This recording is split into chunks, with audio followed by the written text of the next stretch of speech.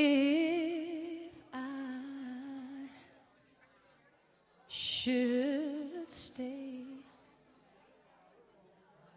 I would only be in your way, so I'll go, but I know I'll think of you every step of the way.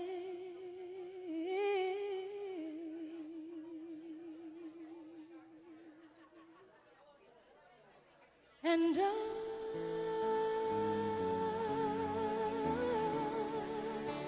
will always love you. Will always love you.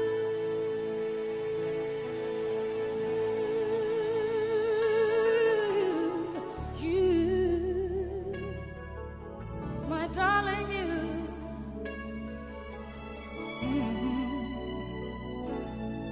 Bittersweet memories, that is all I'm taking with me.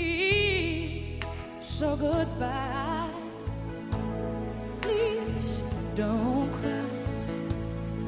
We both know I'm not what you need.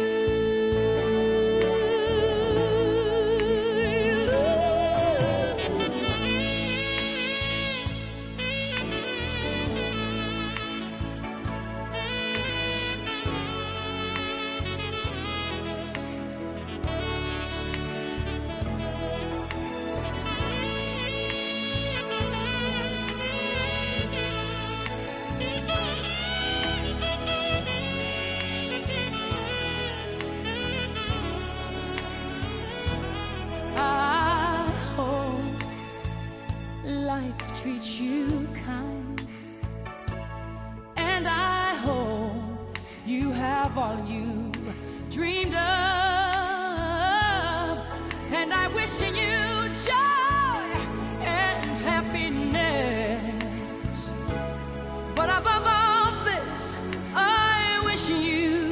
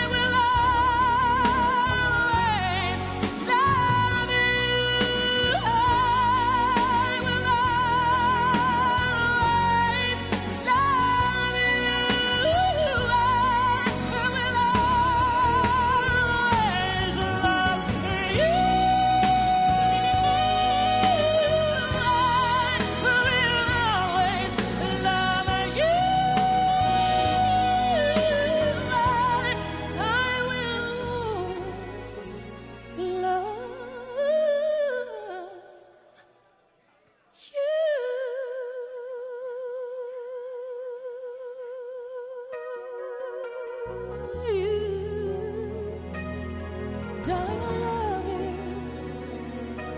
Ooh, I'll always love you.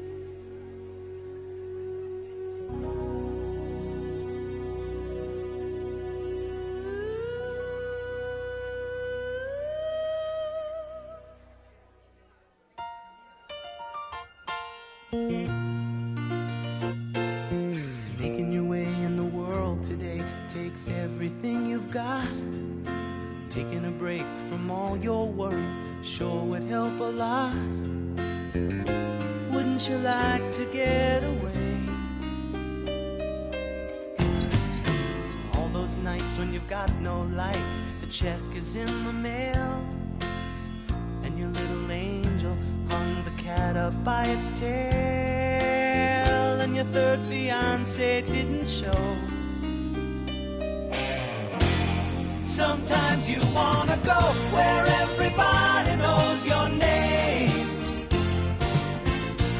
and they're always glad you came. You wanna be where you can see our troubles are all the same. You wanna be where everybody knows your name. Roll out of bed, Mr. Coffee's dead. The morning's looking bright. And your shrink ran off to Europe and didn't even write. And your husband wants to be a girl. Be glad there's one place in the world where everybody knows your name, and they're always glad you came. You wanna go where people know people are all the same. You wanna go where everybody knows your name.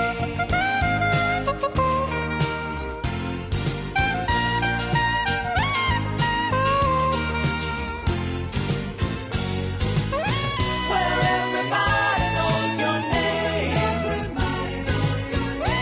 and they're always glad you came. Where everybody knows your name, and they're always glad you came. Where everybody knows your name, and they're always glad you came.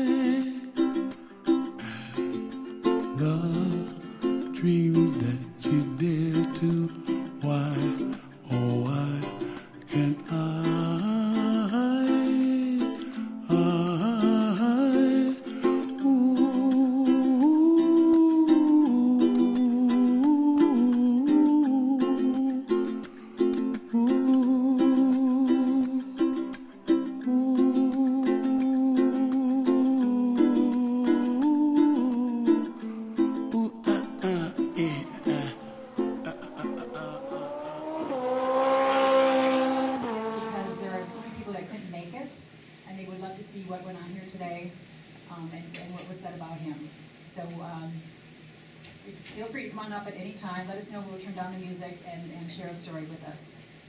And we were able to, well, first of all of you know how much he loved the Green Bay Packers. We purchased a memorial brick at Lambeau Field inscribed in his honor. And so the next one to go to a Packer game, you're going to have to look for it and take a picture of it and send it to me, please. I appreciate that. And of course, he was always very, very proud of the fact that his name is in the Packer Hall of Fame as a charter member. So if you go there, you'll find his name. I've seen it. And last of all, I'd like to be the first one to raise a glass to Paul. To give him a toast. He lived a very big life. To Paul. Paul. Does anyone want to share right now? My name's Jim Leanna. Paul and I met in the 9th grade in a little town in Manitowoc, Wisconsin. He had just moved from Green Bay, and we were lab partners in biology in Ron Rasmussen's room. And we became extremely close friends since the time we were 14. So I guess I know him even longer than Lori does, 52 years. And then my other friend in the back here, the three of us were kind of the three amigos for a long time, up until he passed. Paul was always bigger than life. He always loved to help people live their dream. And he lived his dream in getting us there. And that was part of his happiness. Not a more loving guy. And he's a self-made guy. I mean, his mother died when he was 12. And basically his brother let him live at the house. But Paul really raised himself. And I was always so proud to be his friend because he made it. And he overcame whatever it was. It didn't matter what the obstacle. Getting Lori to go on a date with him, that was a big obstacle. But he kept at it. And he told me the first day we met her, we actually met her together the first day. And he said, I'm going to work on that. And anything he put his mind to, he could do. So, you know, they built a beautiful family with 2 beautiful daughters. And there was just not a guy that gave more to life and gave more to everybody around him. Just a fun individual who loved his family. So, thank you for letting me share. Andrew. I've been a neighbor of Paul for 28 years. And one of the things we know about Paul is, you know, he's well loved, obviously, by all the people here. But he was well loved by my cat, too. As a matter of fact, anytime Paul was outside, my cat is an outside cat. The cat would be with me, and he would run over to Paul. So it was pretty clear that my cat favored Paul over his father or whatever. And it was so obvious that cat would go over to get scratched or petted or get a treat from Paul. And so even today, when that cat's outside, I notice he is lingering in the hedge next to Paul's house. It's almost like he's waiting to see Paul come out again. And so that cat loved Paul, I'm sure, as much as anybody here. But as my mom was saying to some of Paul's other old neighbors, is we would watch their animals when they would go out of town, and we would, and vice versa. And I think my mom said that you guys, Lori, were at a Packer-Denver game, when we beat you. So we had a party at our house, and we had a bunch of, obviously, Denver Broncos stuff. So when they came home, we had filled their house with orange and blue balloons, and that's what Paul had to walk into. But he always took the rivalry in like such good spirits, because I'm sure maybe a couple years later is when we came home to a giant cheese head on our drive. And it was always all in good fun, and that'll always be one of the special memories that we have with them, on top of the game nights we had at their house, or the nights sitting on our fire pit drinking wine or beer, because we always had Budweiser stocked in our fridge. Thank you, Paul. We'll really miss him greatly. He, as everybody has said, was so larger than life. In fact, I can just like hear him in the room with us as I hear everybody's stories. So thank you for sharing. We love you, Paul. Cheers, and thanks for letting me share.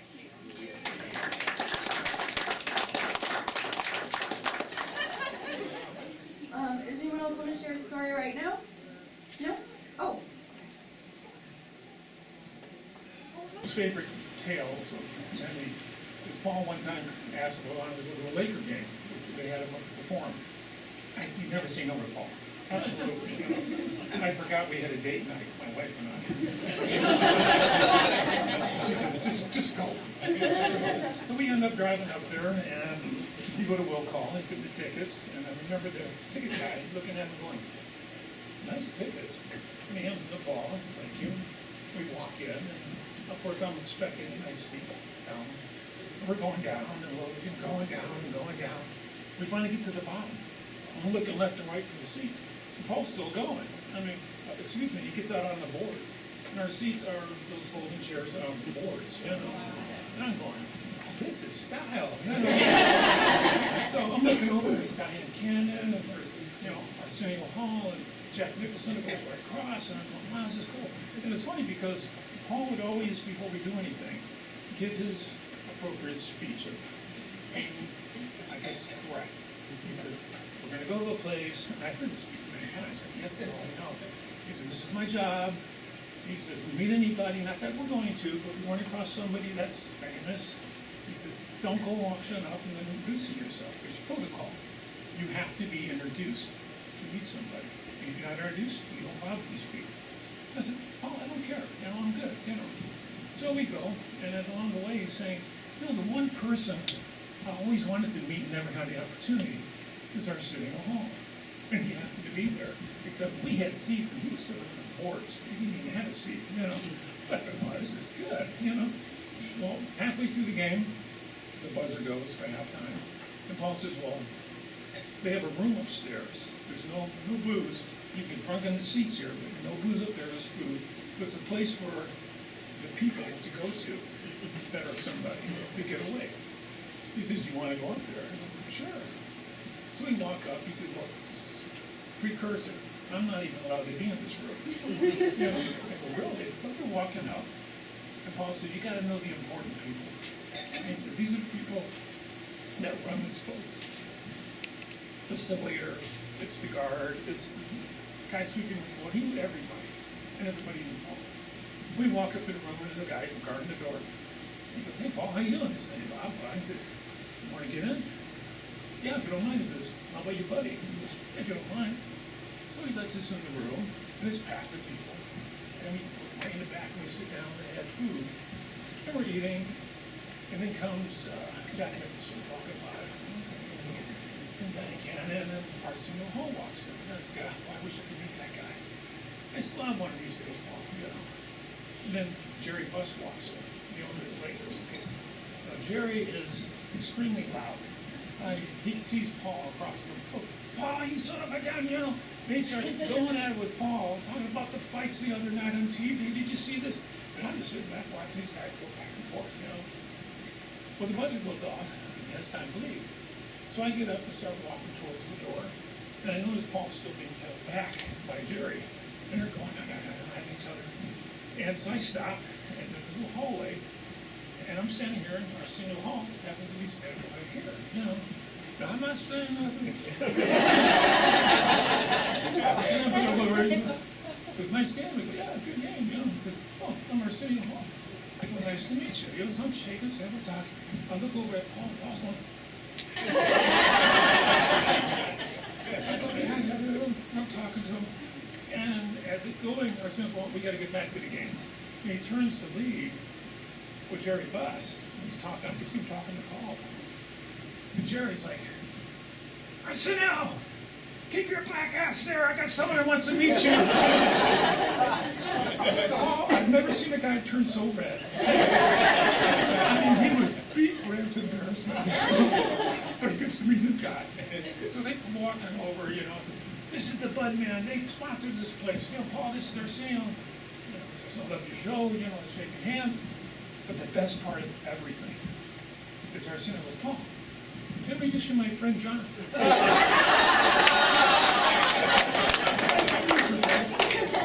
These are the kind of stories I remember. I mean, just you'll never forget it. I tell people all the time, you know. And Paul was such an open heart soul. He just did everything for everybody. I mean, honest to God. Our kids grew up together. Beautiful was there. He'd take them to the circus and the pond. You know, everything was, of course, top notch. It was wonderful. We actually got to fly the Bud. The Budweiser Bud. Yeah. And Paul was very proud of that. It was 7 inches long, but in good years. He was a wonderful man. It's really being missed by everybody. And, I say, God bless you, Paul.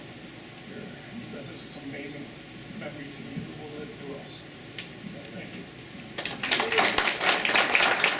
Hello, I'm Joel Oakford, and I've first met Paul Meter in February of 1989 when we both worked for Eagle Stacks. Paul was the national account manager up in the Seattle, Washington area, and I was down in Southern California. And our first sales meeting, I thought I'd go up to the veteran there and kind of ask him, well, what are the 2 things, Paul, that we have to do to be successful with this new company, with our snack rollout? And Paul, you know how Paul gets real serious, and he starts pointing his finger. He goes, 2 things. Get your expense reports in on time, and don't make your boss look bad. I go, well, this is going to be a tough company to work for. And also, when I found out that Paul and I were on 2 different political spectrums, I thought I would try and maybe win Paul over to my side, and I started sending him faxes, political fax writings and things, and he would call up and he goes, stop doing this, you're using all my fax paper up. And that's back when we had the rolls of the thermal paper. So from now on, I would call Paul and says, Paul, get your fax paper loaded because I'm sending this stuff right now. My wife Linda has a story about Paul when she had her knee replaced. First thing Paul says is, Linda, you're going to need 2 walkers, one for downstairs and one for upstairs. And I'm going to let you use mine. I'll give you mine. So Paul always looks out for you. And I think we still have that walker today. I don't think I ever gave it back to him. Very appreciative of my friend Paul. As he went over to the beer side first. They hired him in Southern California. He moved down.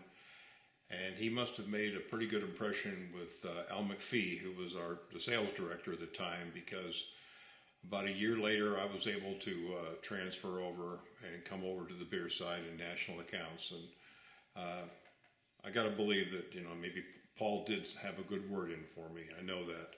And I'll never forget you for that, Paul, because now I'm retired, got a great pension, work for the best company, the best people ever. I just wish it was that way now for all the people now with the new company, but we had a good thing, and Paul was part of that good thing, just being around him. You guys probably remember me from the 2009 Rose Bowl. USC was playing Penn State. I caught the first pass of the game. And I didn't play for USC and I didn't play for Penn State. But my good friend Paul Meter got me down on the field where I was standing on the sideline right next to the thing, and Mark Sanchez for USC dropped back and overthrew his receiver by 20 yards. And it landed right in my lap next to Paul. We looked at each other, and I had the first catch of the game. So in my mind, I was best catch of the game. I met Paul from the neighborhood back in the Lake Forest in Orange County, in the early 1990s. I was working on my driveway, and Paul came walking up, I think a dog tied to a stroller, and Mel was in the stroller, and he was walking her around the block, and he says, hey, I'm Paul, and I said, I'm John. He goes, do you like baseball? I go, yeah, I like baseball. He goes, I got a bunch of baseball cards. You want to check them out? So anyway, we became fast friends, like all of us here.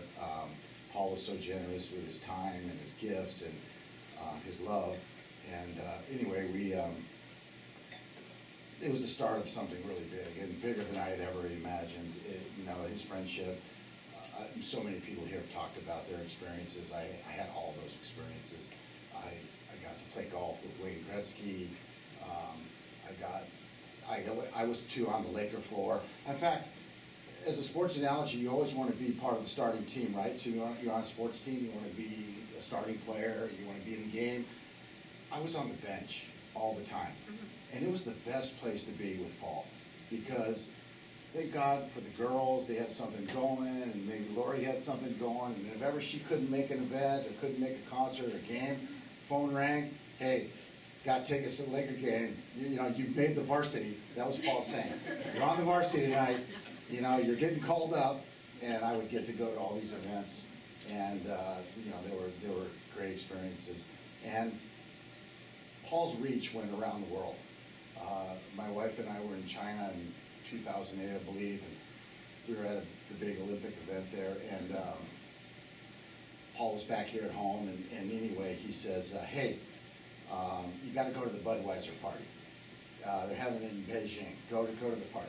I'm like, okay, what do I do? Because just go there, and I'll have your name in there. And I'm like, okay. So sure enough, I showed up. They go down the list. They go, we don't know, no. And I said, wait a minute. Paul Meter told me that I would be on the thing. And hang on a second. Next thing I know, I'm standing inside the party, standing next to Carl Lewis, which is like a multi-time Olympic gold medalist sprinter. And I'm having a beer next to him, Budweiser, of course. And, well, that's another thing. That's a funny story. Is like whenever Paul was coming over, it was like, Lori, get rid of all the Coors. Get the Bud, stock the fridges with Bud. Because the first thing Paul did when he came to your house, open the fridge. He's expecting what you had, so it had to be Budweiser. But I mean, the stories are endless. I wish I could remember them all. There's too many to remember. Camping. Yeah, we had family camping trips. We had crazy experiences camping. It was just so much good fun. After all of it kind of slowed down, Paul had kind of dropped out of his positions with InBev and all that, and he was way up here. Oh, that's another thing too. That was like the saddest day of my life when Paul moved from Lake Forest. I'm like, don't leave. But he came here, but he stayed so close. He always called, and like I said, as things wound down in his life in terms of business. We'd still talk all the time, and he sent pictures, and the pictures he would send was not Paul with a sports star or a celebrity. It was Lori. He'd send a picture of Lori at a game, or he'd send the picture of the girls, the graduation. So, I mean, he loved all of us, and he shared that love with us, but he didn't even touch the kind of love he had for his family, and that's what breaks my heart the most, is that, he loved you guys so much, and, like I said, I kind of kept track of your lives, because he would always send, the most beautiful pictures, the most touching things about you, and he's very proud of you, especially you girls.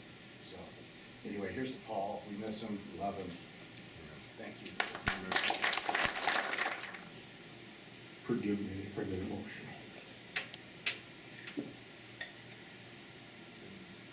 I met Paul when he was 14. And that's me throwing everybody a kiss. Paul and I were bartenders at Mitchell's. That was college. Went to high school together. Junior high together. Junior high. And Paul.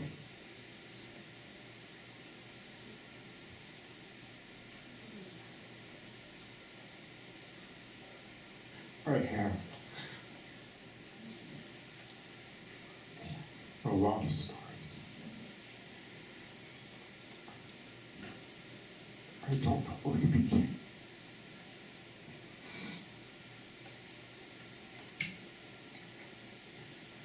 good friend that was there for everything that happened in my life. I was intertwined in his, with his family, with Lori and the girls. Had a blast. I told Lori the other day it was a wild ride, and it was. He was bigger in life. I mentioned the story earlier at the table that when Paul would walk into a group of people and you were standing there, you knew Paul was coming, and they may not know Paul.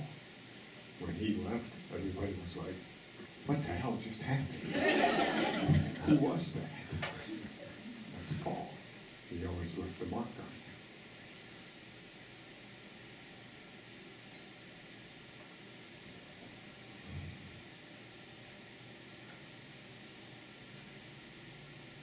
The most important part for me with Paul was because he was so big and he was a blast and we did a lot of things and there was always circuses around him.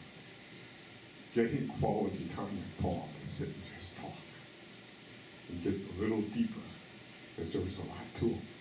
There was a lot of layers. He had been through a lot in life. And to get him to talk about that wasn't the easiest thing. He would kind of shy away from that. But if you wanted to get to know Paul, he dug deeper. So when you get into a spot where everybody's gone, and you're the last one sitting on the couch with him, I will miss him dearly.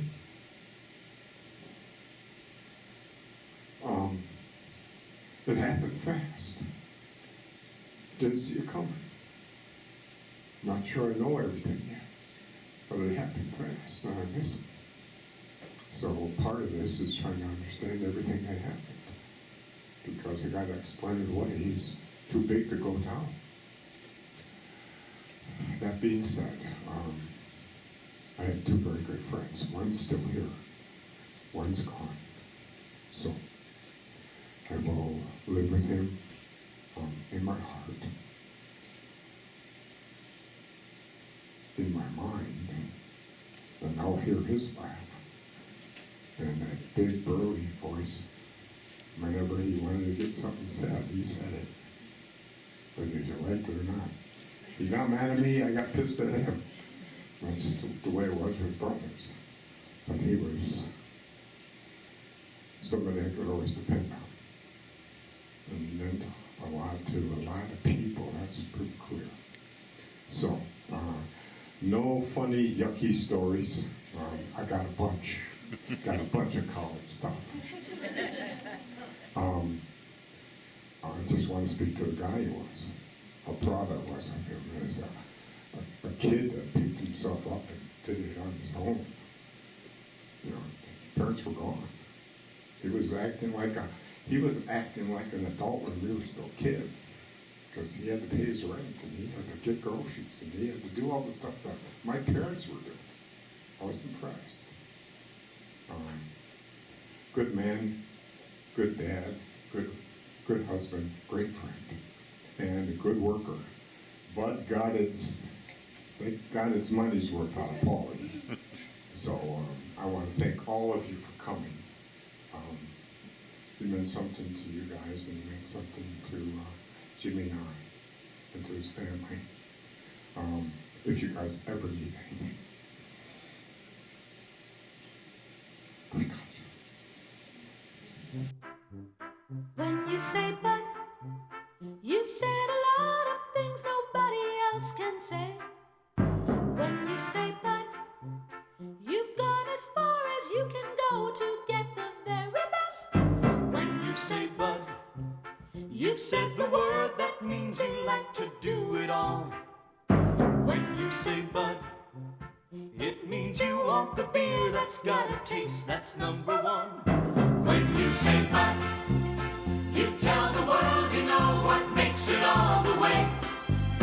When you say but, you say you care enough to only want the king of beers.